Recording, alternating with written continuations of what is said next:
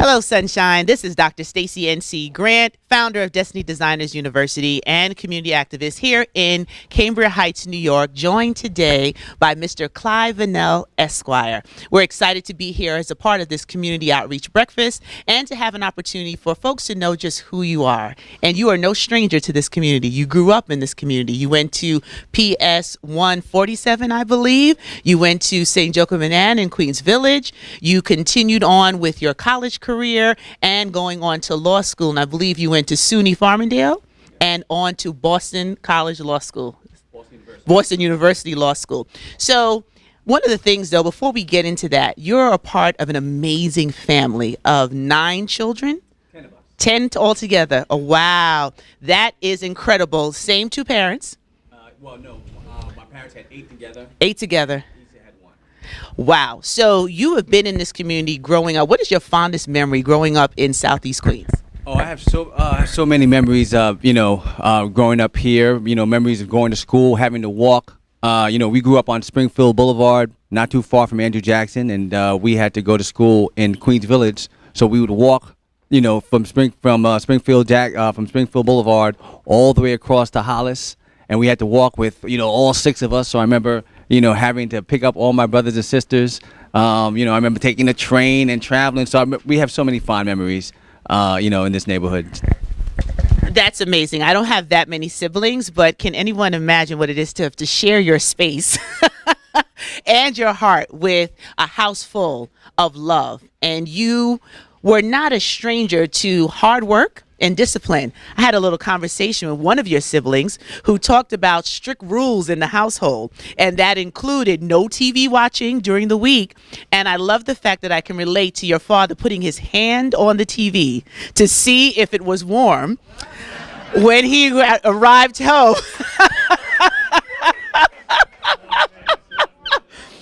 So that he could keep track of what was happening. You only had TV time Friday night and Saturday.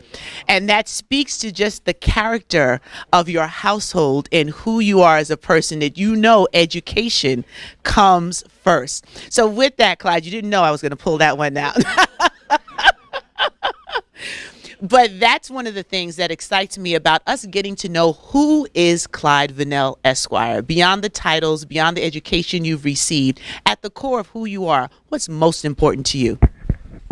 It's interesting that you mentioned, now a lot of people here from different generations and different backgrounds or what have you, and a lot of things are changing, in this culture, in this community, in New York City.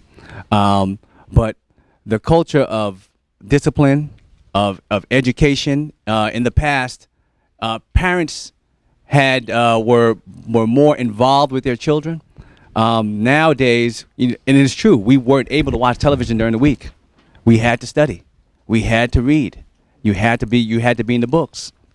So that created a certain kind of discipline in you. Also, we had to work, right? One thing that's very important is the work ethic. And you can't legislate that. You can't pass a law for that. But do we have a culture where we teach our young people and even our young adults to work hard? We're dealing in a situation now where things are much different now, and we have to be very mindful of what type of aura we exude, and that's very, very important. So with that being said, as a mother, and a mother of 2 young princes, some days they drive me to opposite ends of the emotional spectrum, but I wouldn't trade them for the world, because I know it's a gift to be able to bring life and to nurture life. And a lot of us now are looking at our communities, and sometimes it can feel hopeless, but I believe in the glass half full, not half empty. So if we can change our narrative, if we can do something different, we can be responsible for these lives in our community. What is your vision for these young people and the Southeast Queens community? So what's interesting is, if you look at, I look at my family, right? We are, there are 10 of us, and I'm one of the eldest. And, so I'm not that young, but I'm not that old, right? So, but one of my younger sisters are back there. All of these kids, and I call them kids, own houses in the neighborhood. How did they do that? and why that should not be an exception. If I look at this neighborhood, this is a beautiful area. This is the first time in our lifetime where the next generation is not guaranteed to live better than their last.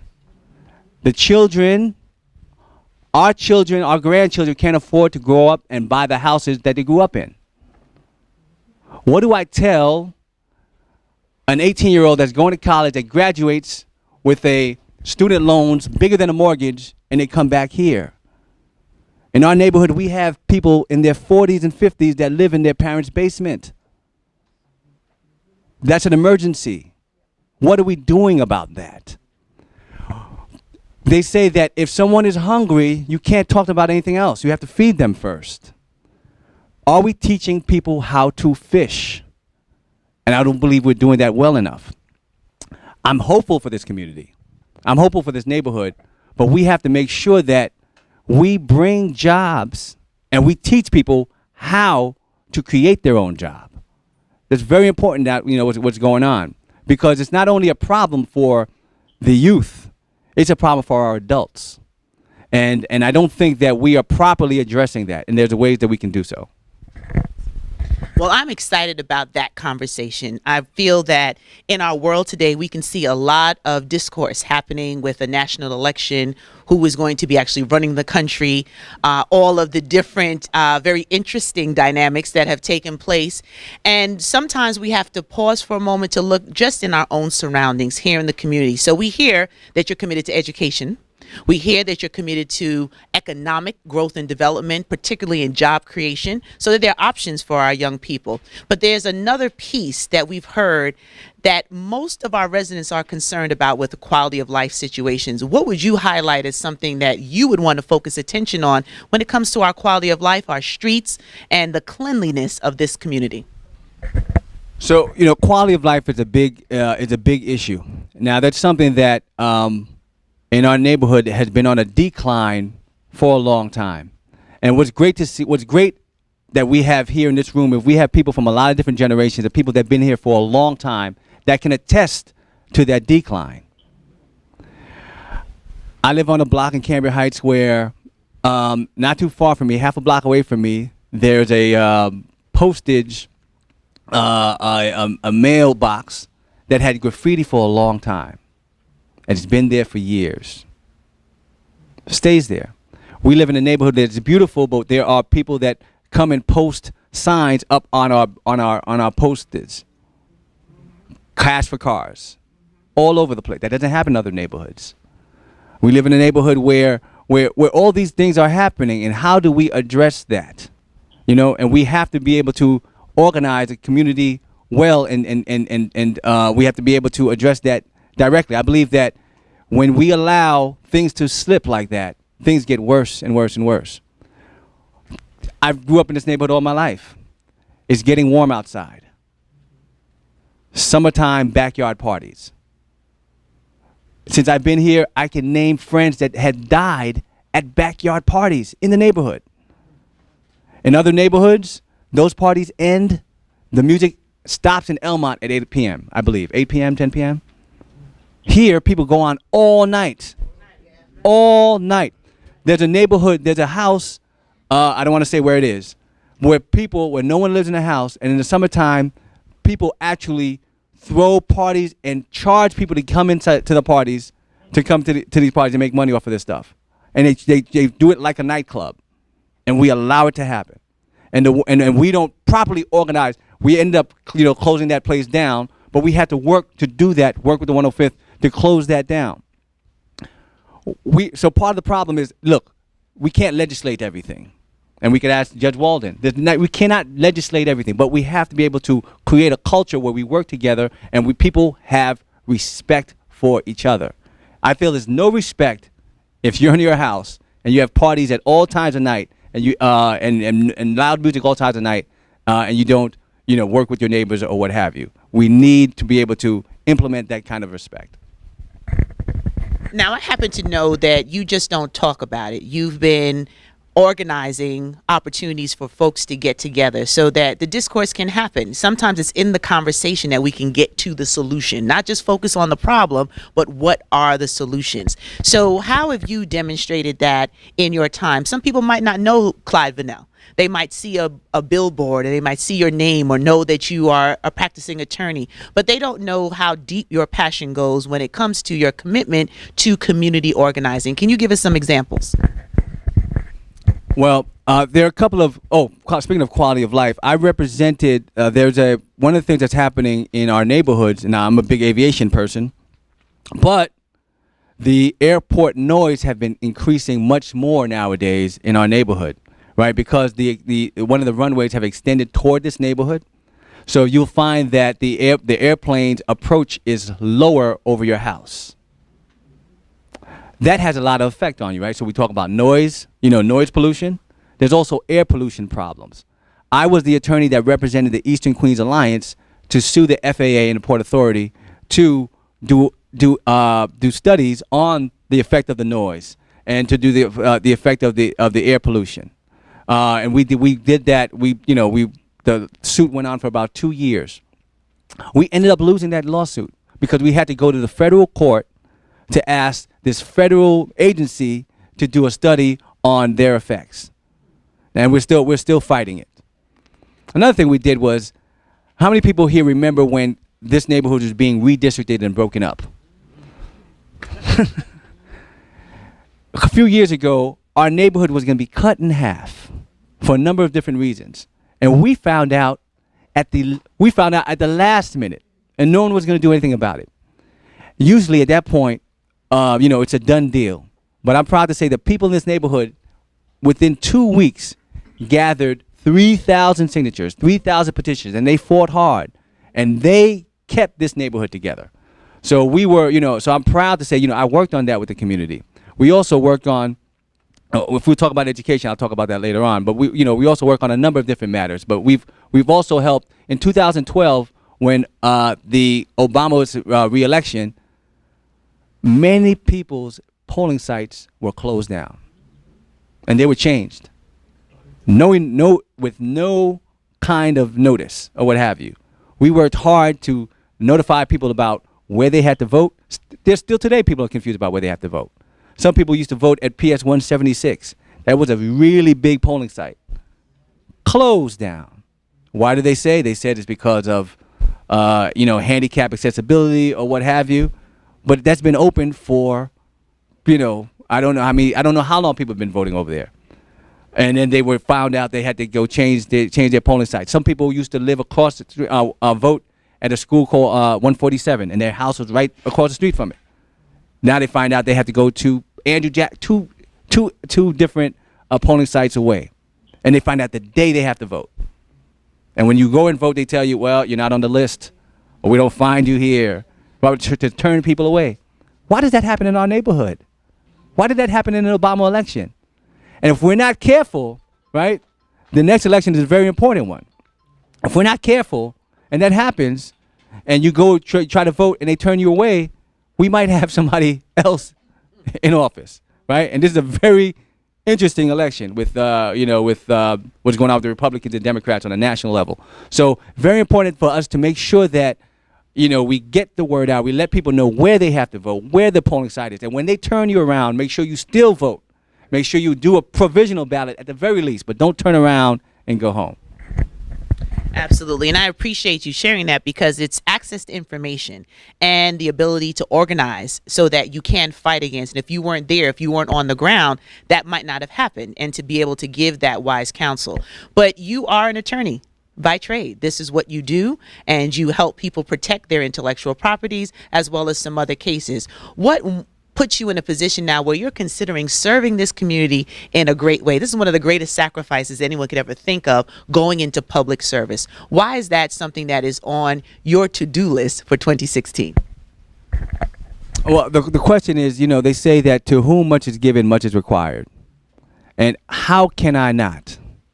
Right? So when I see my nieces and nephews, growing up, and I see the young folk here, and to see the opportunity that we have in 2016, how selfish would it be not to do it. I was blessed enough to be able to look. My dad can't read. My mom.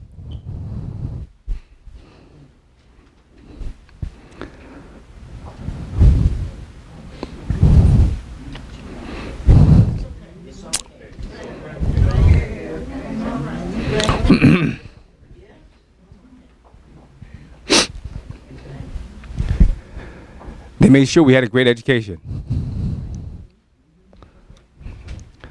I'm not supposed to be here.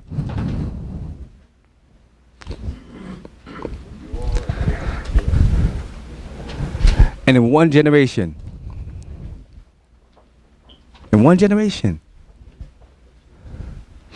we're able to have the audacity to be able to take a stand. People that were from nothing to be able to close that gap. How could I not? How could I stand around and watch me 30 years ago and I tell that young man, look, there's a better way. In this office, we train people to be pilots, to fly airplanes. Some young people never even leave their neighborhoods. But we tell them, look, young man and woman, you can fly an airplane. Too often we look at ourselves as opposed, as being less than. When we can do anything we put our minds to. Our young people are powerful. This community is powerful. I watch how in this neighborhood we fight the Port Authority to raise the minimum wage to $15 an hour, so that airport workers can that clean, that do maintenance, that carry the bags can get $15 an hour, and that's a worthy fight. But why are we fighting to own the job? The people that work for those things, they work for an agency. They don't work for Port Authority. Why don't we own those jobs? Why are we not looking at that? I sit on these committees and we're fighting for crumbs when the people that are sitting around the table are making $200,000 a year, $150,000 a year, $90,000 a year. Why don't we have those jobs? How can I not fight for those jobs? How can I make sure that I want? In our neighborhood, we have the 18 to 55s. They leave the neighborhood because they can't afford it. There's nothing for them to do here. There's no outdoor cafes. There's nothing socially for them to do. There's no place. There's no Starbucks. How do I keep them? How do I attract them? We have to address these issues. If not, what is this neighborhood going to look like 5, 10 years from now, when young people can't even afford to maintain a house that has no mortgage? That's a problem. That is, yes. That can get a round of applause, and I'm going to charge you because you messed up my makeup. That was not according to the schedule today, but it just speaks to how heartfelt your words are. This is not just running for office for the fanfare. It's not just considering public service because you want to be recognized. It's because you believe in your heart that the only way you really honor the people that sacrifice the most for you is to pay it forward. And you said it best. In one generation, your parents with nothing, literally, created something and created in the lives of 10 successful adults a legacy of hard work, integrity, education, and knowing the importance of giving back. That's huge. Who knows who can sit in this office and learn how to fly and be able to create technology that hasn't even been invented yet? Who knows about the noise pollution, if that can be solved, what that can do for our community? Who knows what's next for Southeast Queens when it comes to our quality of life being improved? So with that said, as we sit here today, if there's one thing that you want people to know about you that we haven't already felt and heard, what would that be? I believe in this community. I believe in Queens. I believe that we don't even know what's in our hand.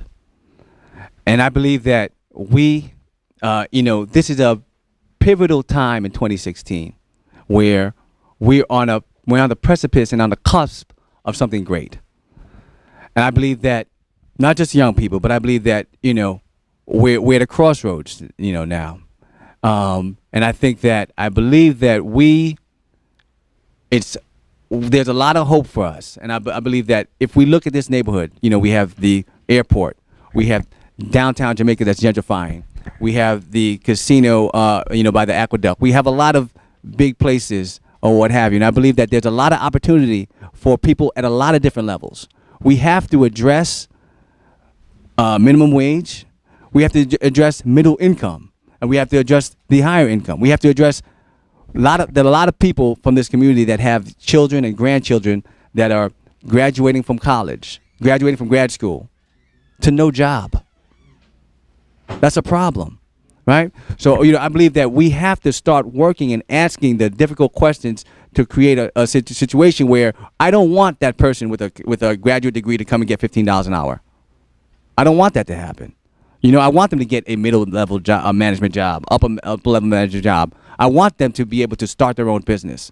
So we have to. I believe that we're in a situation now where technology, with the internet, with different resources that we may have to be able to address those issues. Well, I thank you for just allowing me an opportunity to have our audience know a little bit more about what I know about how amazing you are and your commitment to this community. But I want to open it up to see if we have one or two questions from those who've joined us today that you can answer live. And I believe in, hearing the information directly from the person, because we're living in a time and a place where we cannot sit still. We have to do something. And so many sacrificed so that we could be here. As you spoke about your mom, I immediately got emotional because the woman that I contribute everything to, my grandmother, was with me until she is 98 years young and left this planet December 15th last year. So it is still very fresh. It's not easy from day to day, but I honor her legacy by the way I live my life. That she did so much more with so much less. That, as you said, Clyde, it is our job. It is our duty to honor those like Judge Waldron for the work that you have done, for the doors that you have opened. I wouldn't be able to hold this microphone, do the things that I do every day. You wouldn't be able to litigate and do the work that you do if the way was not paved by our amazing foremothers and forefathers. So in that spirit, we celebrate our lineage. We also celebrate the legacy of Barbara Clark and what she has done in this community for education, because we give honor to those whom honor is due. And as we move forward, I would like to ask anyone who has a question for Mr. ClydeVanel, if you would like to ask that and have him answer that today. Yes, Ms. Rosalind Spigner. There's a bill in the Senate right now. It was it's a bill that I think was introduced by Senator Sanders that addresses free college education for public institutions. And this is also something that President Obama has also introduced to the American public during his State of the Union address. The problem is that our communities who really need to have free college tuition at public institutions are not out here beating the bushes for it. We're not showing up in Albany. We're not showing up in Washington, D.C. We're not addressing it, going to all of our civic and community groups talking about this. Right? How can we, and if you are, I know you will be leading our community soon, we need to get behind you, but what steps would you advise that we take to make sure that everyone is out here beating the bushes for that? Because we don't want students to come back with all of this student debt. If college is free, then that will also alleviate some of the financial stress. I love that question. And before I turn the mic over, thank you, Ms. Rosalind Spigner, for that. I just had this conversation with my father, who, when he came from Jamaica, West Indies, was a part of the last group that got a free education at City College. So it has been done before, and we can do it again. Yeah, that's a great question. Before I go on, I'd like to thank first of all, we have a lot of giants in our community. But before I go on, I have to thank my wife, Jodia Vanel. So she went back and getting all the stuff and blah, blah, blah. So I had to thank my wife. I had to thank Tamit Nur, who's my assistant, who's been running around all day, you know, getting the food and everything like that. Where's Steve? Is Steve around? Steve? Oh, I had to thank, Steve, of course. I know Steve is, I have to thank Andrew Grant. Andrew, thank you for being our audio and video guy. And where is where is he? Oh, he's in the bathroom. Okay. Well, I'm not gonna embarrass him.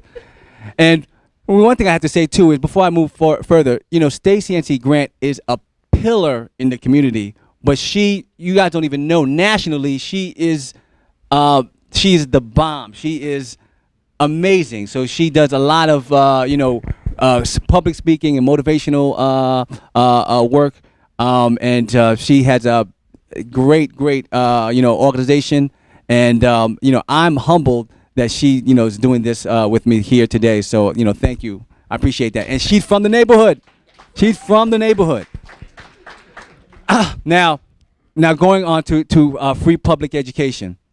I used to be the chief of staff for State Senator Sanders, and that is, in order for that, to happen, first of all, it's very important to be able to try to have more access to education for us, for people of color.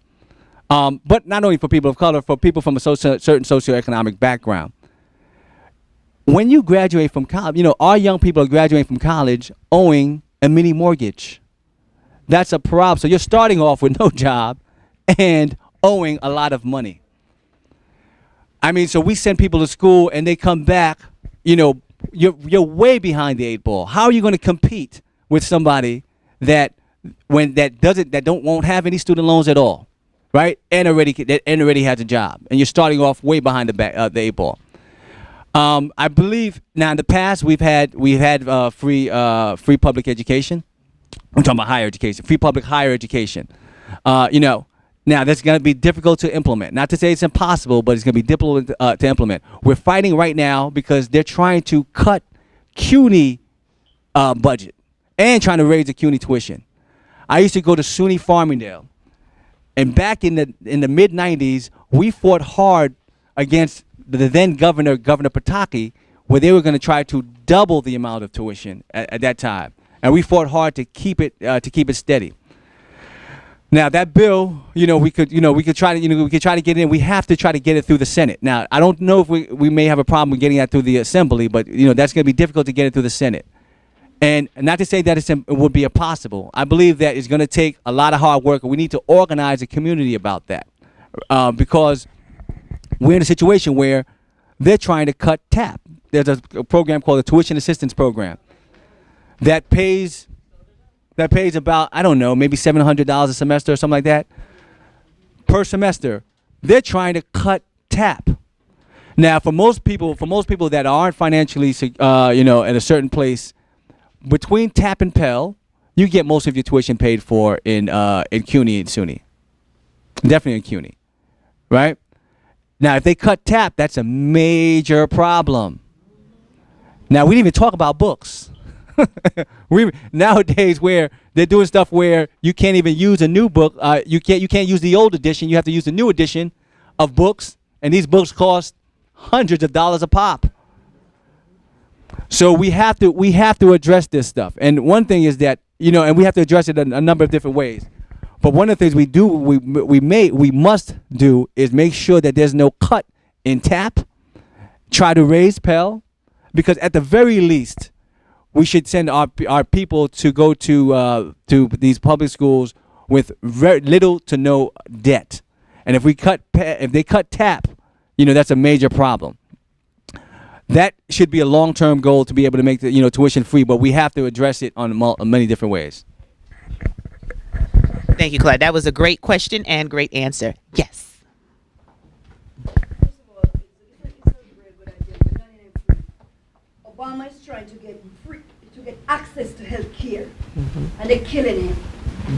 But it's the ideal However, how about this before we get to that? Getting our children to graduate from high school.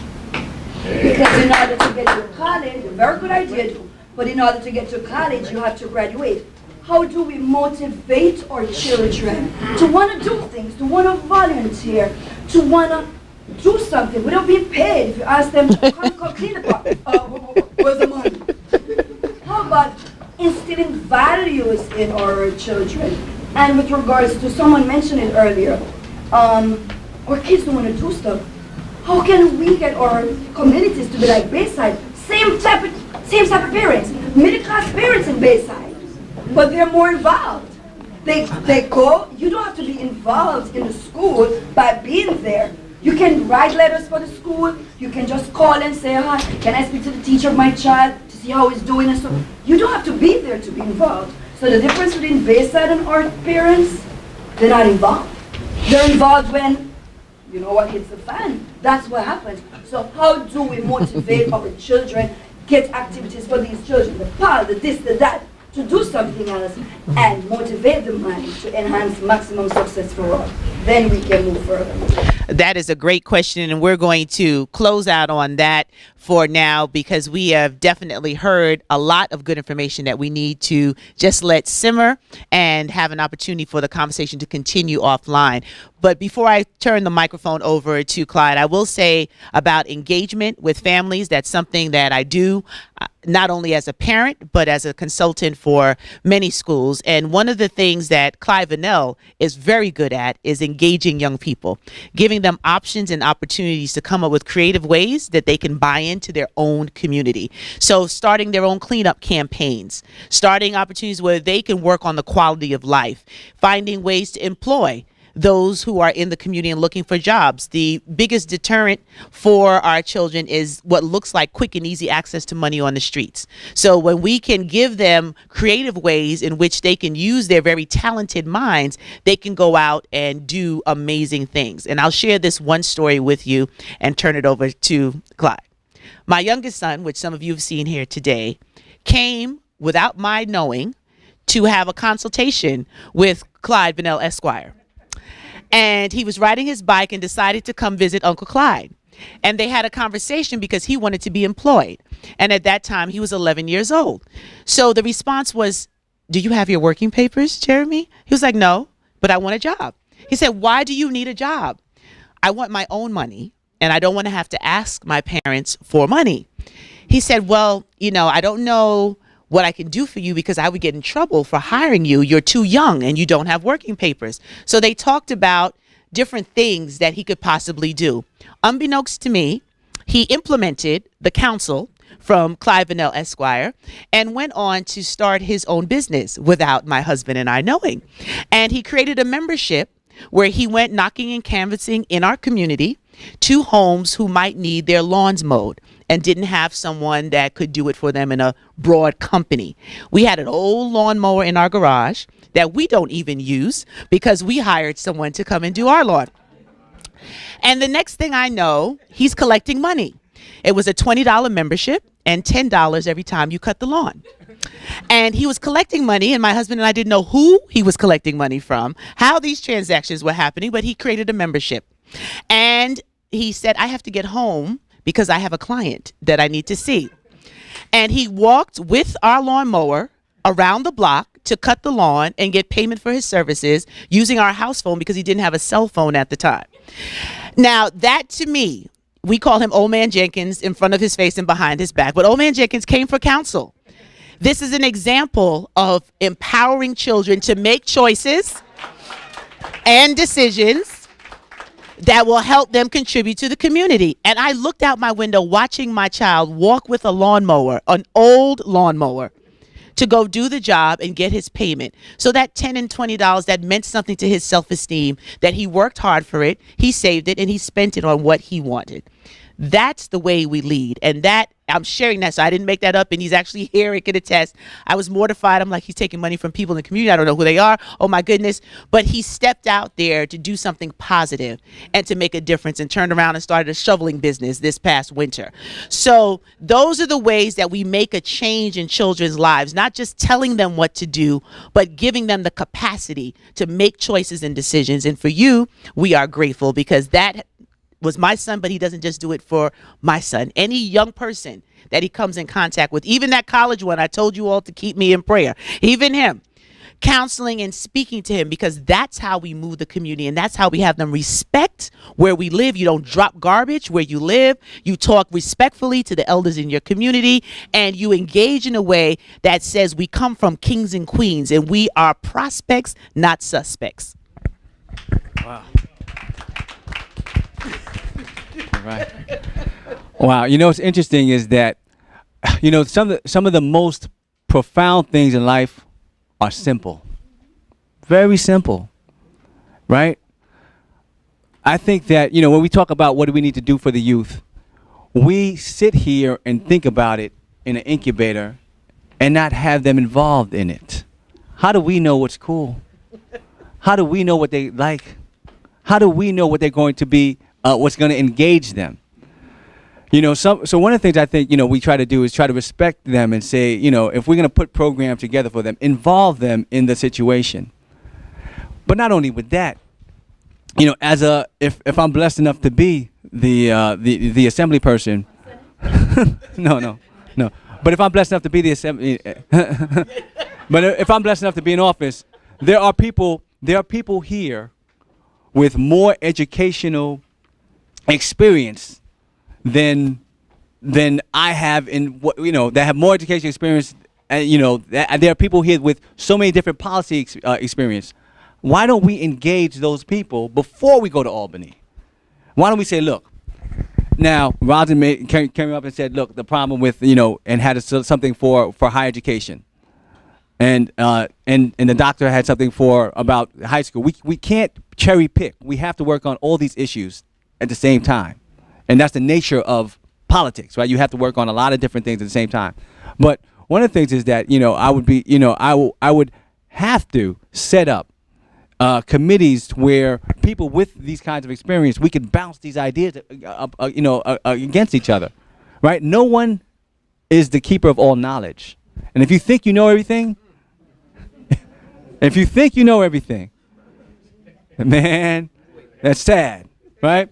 So we have to engage the community. We have people that know, we have people that have a lot of experience in different things, and we have to be able to engage them. As far as parent engagement with education and students being engaged, we have to change what's normal, right?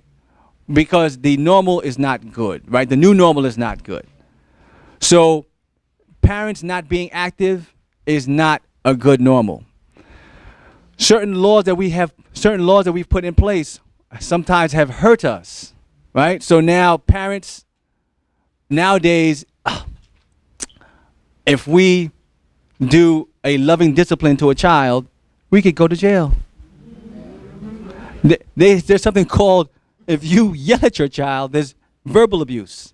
Now there's a certain kind of line to cross, but you know, there are more laws against parents disciplining their child than cops and police brutality against your child, right? We have to be honest. That's a problem. And I feel it's healthy for your child to have a healthy sense of fear. I was sitting here and I heard your husband talking to your son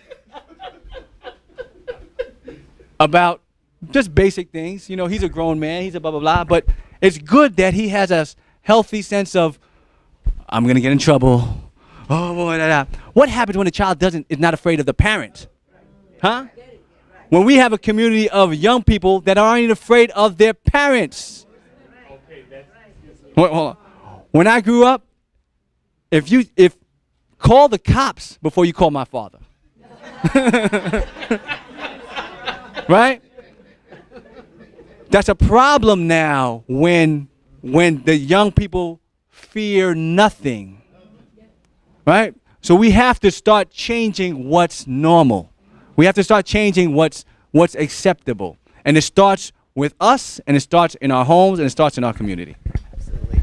That is a great way to end our conversation for this time. We'll be back again. We thank you for answering the call of service. One of my favorite quotes of all time comes from Gandhi.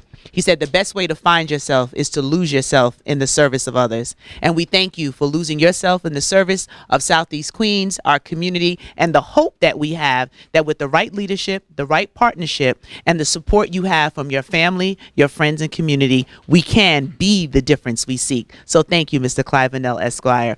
And thank you, ladies and gentlemen, for being here. Once again, my name is Dr. Stacey N.C. Grant. This has been a pleasure, and we look forward to seeing you on the journey. All right.